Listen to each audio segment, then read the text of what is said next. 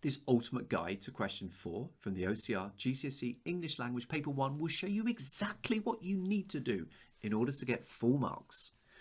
After recapping the mark scheme in straightforward English, I will delve straight into a past paper question and give you some sample paragraphs written by actual past students. I'll get you to ponder them. What do they do well? What do they need to do better? I'll then conclude with my own response, which I'll analyse in relation to the mark scheme and explain why it would achieve full marks. So come on then, let's get you high marks. For OCR GCSE English Language Paper 1 Question 4, you're watching Schofield on Shakespeare.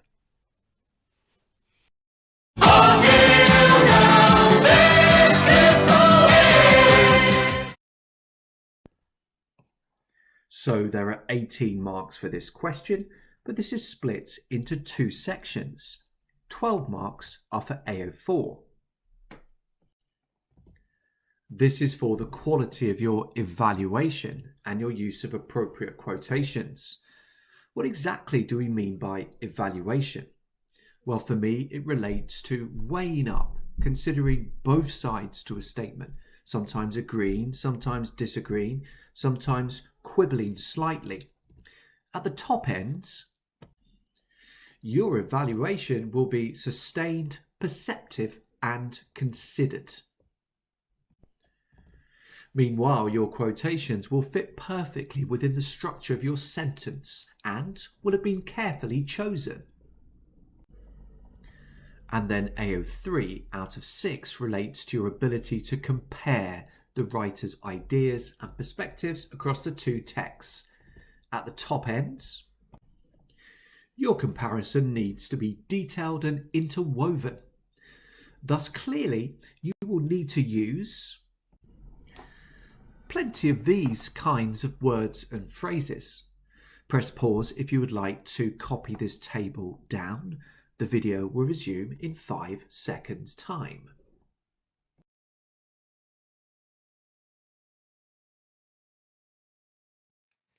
Time now to do some practice. Here's the question from the sample assessment material. These texts are powerful because they show the importance of having freedom and strong personal beliefs. How far do you agree with this statement? In your answer, you should discuss what you learn about the importance of having freedom and strong personal beliefs. Explain the impact of these ideas on you as a reader. Compare the ways ideas about freedom and personal beliefs are presented. Support your response with quotations from both texts. Now for the texts. You need to read them. Probably the easiest thing is to download the Communicating Information and Ideas PDF from the OCR website as shown on screen now. However, I will also display the text on individual slides within this video, which will proceed at 5-second intervals in case you would prefer to read the text this way. Either way, get reading.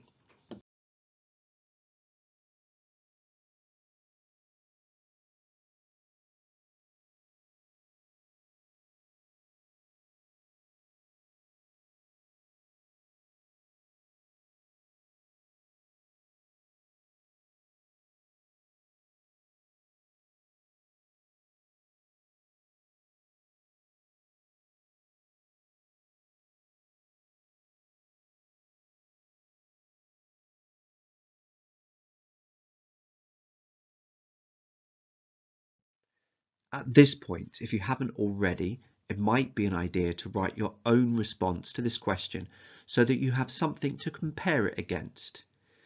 It can be tricky to estimate timings for individual sections, but it's worth noting that you have 2 hours for the full exam and there are a total of 80 marks available.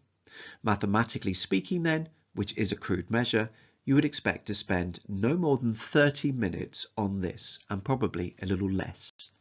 So if you'd like to do this, press pause now, toggling back and rereading the passages that have preceded.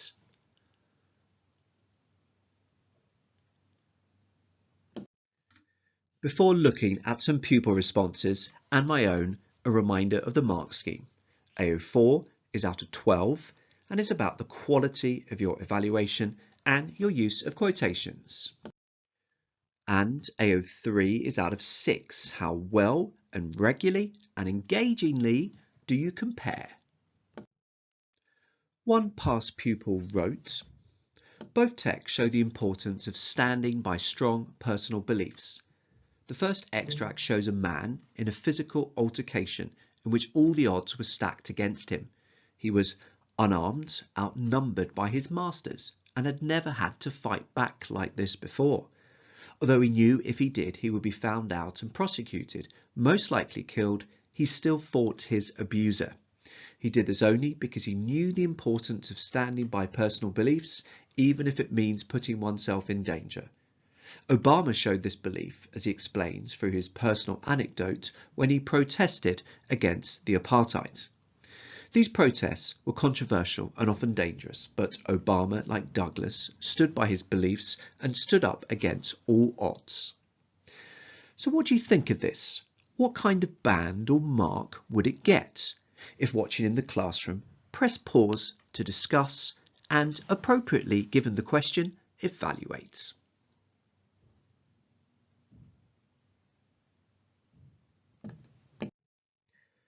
Some thoughts. On the positive side, we have an opening sentence which seems to answer the question, albeit in a basic way. There is some reference to detail within the passage and some very basic comparisons, e.g. Obama, like Douglas, stood by his beliefs.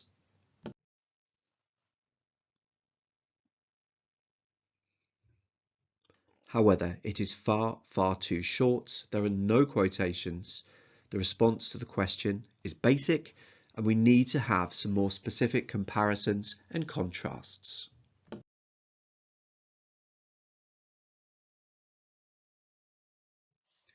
Another pupil wrote, each text does show the importance of having freedom and strong personal beliefs. Text 1 shows Douglas being defiant against Mr. Covey as he believes in equality. Also, text 2 displays Obama talking about Mandela never giving up and always fighting against the injustice. In either text, the characters react strongly against imprisonment. Douglas resolved to fight against the captivity of Mr. Covey. Similarly, Nelson Mandela fought against racism and was prepared to die while battling against white domination. Both of the characters fighting for their causes shows how important they thought freedom was. These texts are therefore made powerful because of the importance that goes with the causes. These texts do not really show strong personal beliefs as much as they show the characters standing up for their causes. Mandela said that he hoped to achieve his ideal and that he was prepared to die, thus emphasizing how much he cared and stood up for the cause. Also, Douglas stands up to Mr. Covey by resisting his imprisonment and forced labour. He also demonstrates an act of extreme violence as he gave Hughes a heavy kick. This shows that the importance of freedom was enough for Douglas to violently assault an assistant of his captive. Both texts show that they are powerful because of the determination both characters display in trying to achieve freedom.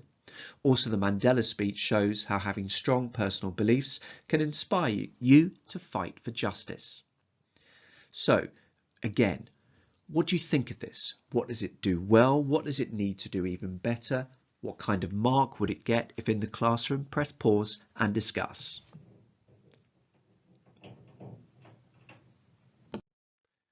Some thoughts. On the positive side, the introduction contains some specific points about the beliefs of Douglas and Obama. Within the main paragraphs, we have some relevant embedded quotations and specific comparisons made, albeit basic ones, between the two texts. I also like the fact that the pupil doesn't just blindly agree with the statements. Here you can see the pupil beginning to critically evaluate the statement with the claim that these texts do not really show strong personal beliefs as much as they show the characters standing up for their causes. Now, I think this distinction is artificial. Surely someone standing up for their causes is doing so because they have strong personal beliefs. But I like the principle of challenging and interrogating the question.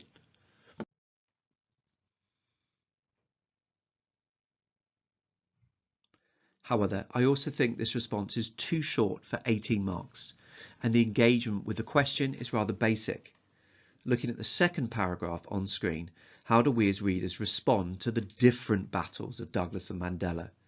Might there be a sense that text A is more powerful due to the fact that we are given specific details about Douglas's appalling treatment at the hands of the slave owners?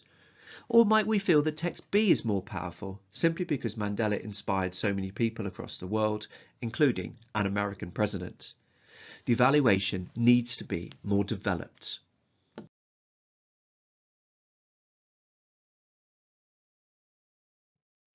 Here's a third pupil response. I partially agree with the statement that freedom and strong personal beliefs are the core reasons for the text's power. In my opinion, the message of defiance and resistance against inequality and oppression are equally strong reasons. This is especially shown in text 1. Throughout the majority of text 1, the scene is set largely from the physical confrontation between Covey and Douglas. Quotations such as, "I resolved to fight," "I seized Covey hard by the throat," and "but I had drawn blood from him," all portray images of violence.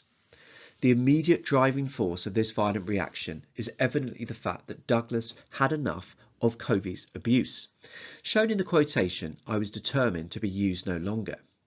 This quotation is similar to the opening of Obama's speech, "I have fought against," showing that oppression and abuses of any kind must be stopped and rejected. This is particularly powerful in the context of text 2, where a speech built on a celebration of achievement sets the tone with a quotation that depicts resistance and defiance against oppression. However, it is important to stress that freedom and strong personal beliefs are undoubtedly prime driving factors in the power that these texts hold. The quotation "rekindled the few expiring embers of freedom" is a direct depiction of the original statement, with the image of rekindle and embers painting a powerful picture.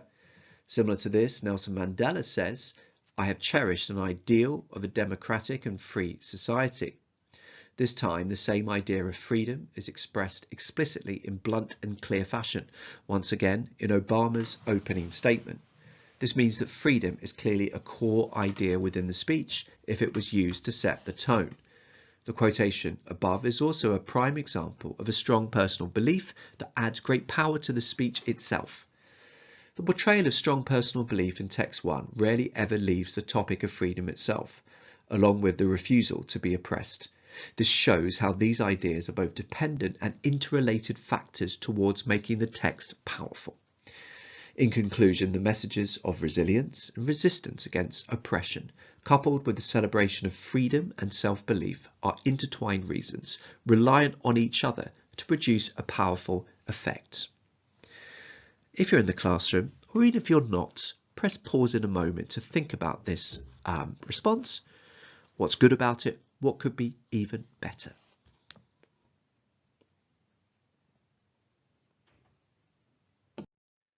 I like the immediate sense that this pupil is going to grapple with the question. No blind agreement from this person. The fact that he only partially agrees sounds promising. I also like the fact that the pupil is showing a more detailed insight into the text, although I would be cautious of using 3 consecutive quotations without a very good reason. We can also see the pupil specifying and comparing the strong personal beliefs within the text, which is that oppression and abuses of any kind must be stopped and rejected.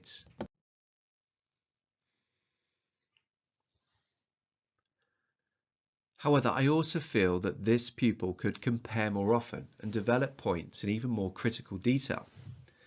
Might this pupil have argued that text 1's use of imagery in the reference to rekindling the few expiring embers of freedom has an emotive effect on the audience in a way which Mandela's more measured language may not?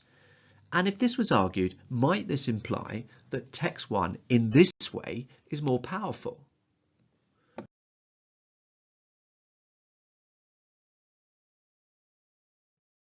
Here's what a fourth pupil wrote. Both texts uses its form and structure to show the importance of freedom and strong beliefs. Text 1 is written in the first person, whereas text 2 is written as a third person account of another's life. Some may argue, therefore, that the narrative perspective of text 1 allows it to more vividly and powerfully show the importance of having freedom and strong personal beliefs. This is achieved through its story-like style, as well as the use of the first-person personal pronouns. I resolved a fight. About time me. I gave a heavy kick, which makes the text feel more immediate and tangible.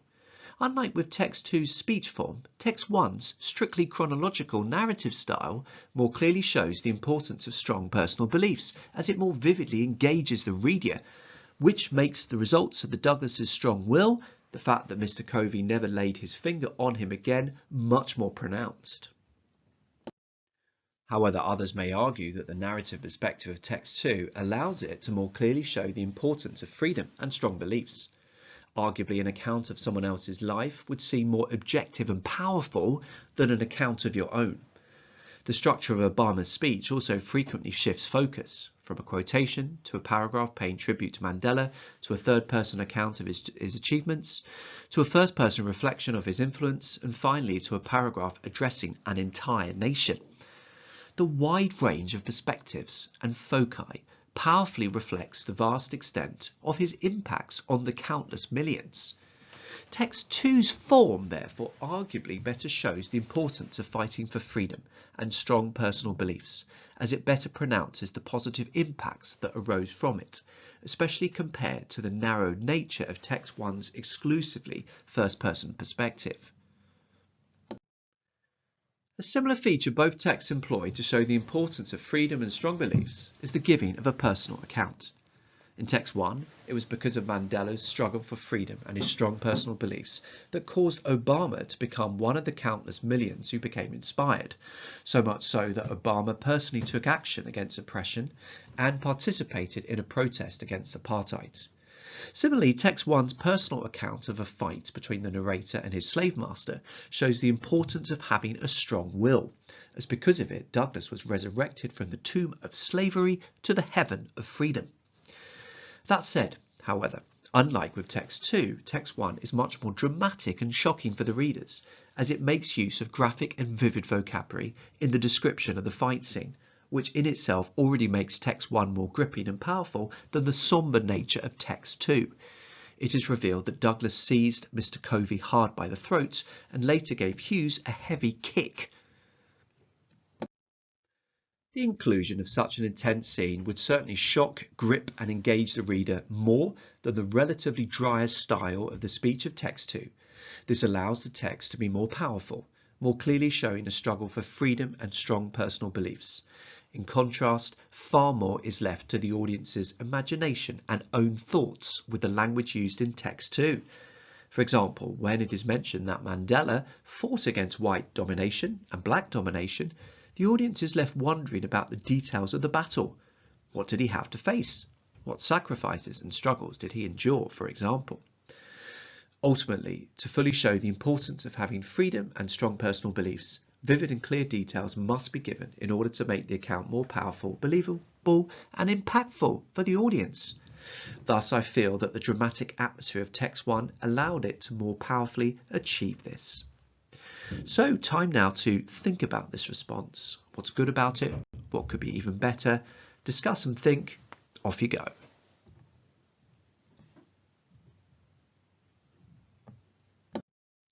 An immediate contrast is made at the beginning of the first main paragraph. We have first person versus third person accounts.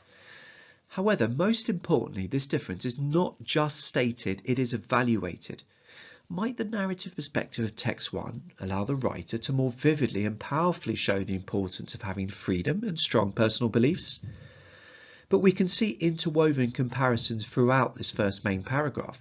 The phrase, unlike with text 2's speech form, shows the pupil's awareness of the need to compare and contrast throughout, not just do one chunk here, write similarly, and do another chunk.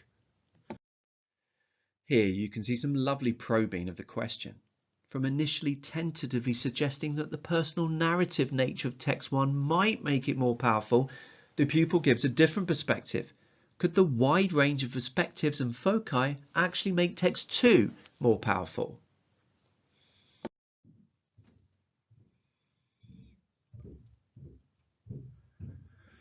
However, a few points to work on. The introduction is bland and needs to be more specific. I also wonder, does the pupil actually explain and pull apart what the strong beliefs are within each text? And in the closing stages, does it get a little bit waffly?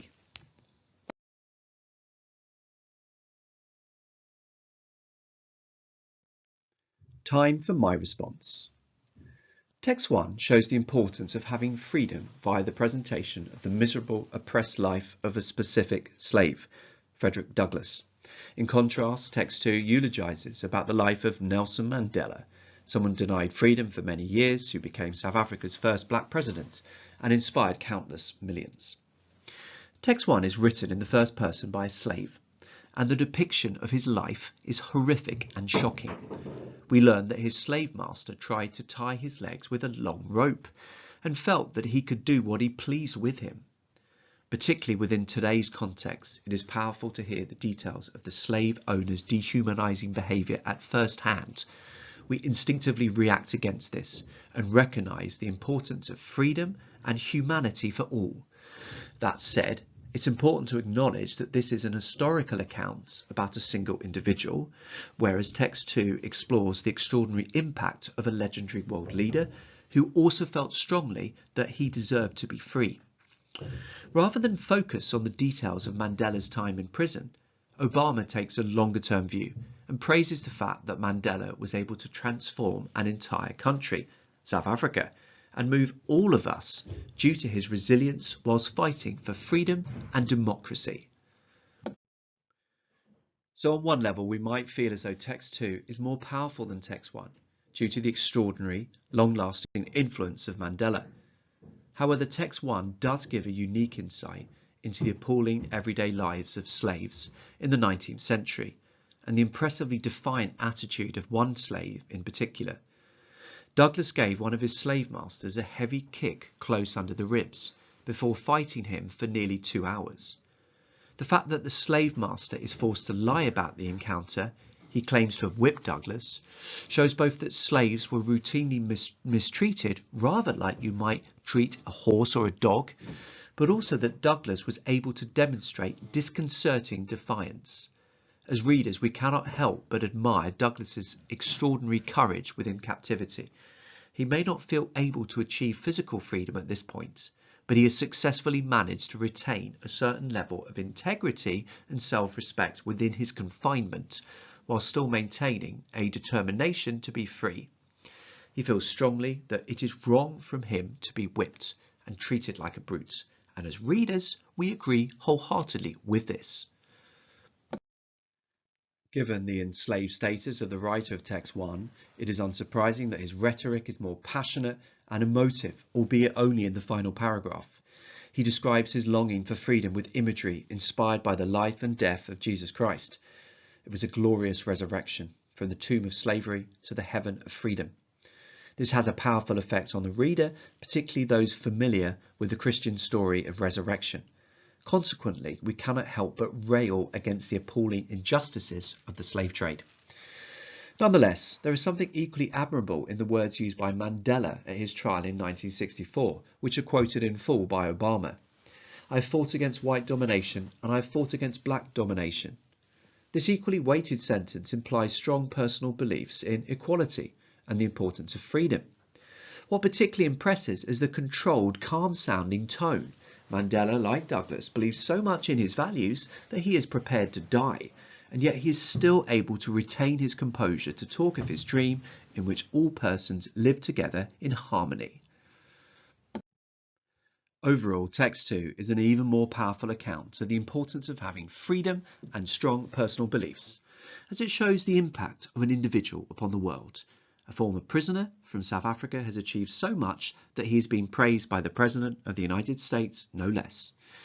Text 1 shocks, but is invariably less powerful given the fact that slavery has long been abolished, whereas the scars caused from apartheid and racism in general are still sadly present within our societies. Time now for you to spend a few moments reflecting on this response. What do you like about it? What about the way it is written? Discuss.